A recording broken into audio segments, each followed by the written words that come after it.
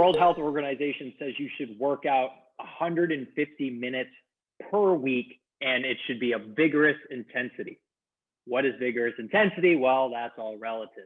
I do know that doing a bunch of cardio 7 days a week for 30 minutes will be good for your heart and for hormones and longevity, but that you probably need to also lift and move some heavy things and strength train a couple days a week as well.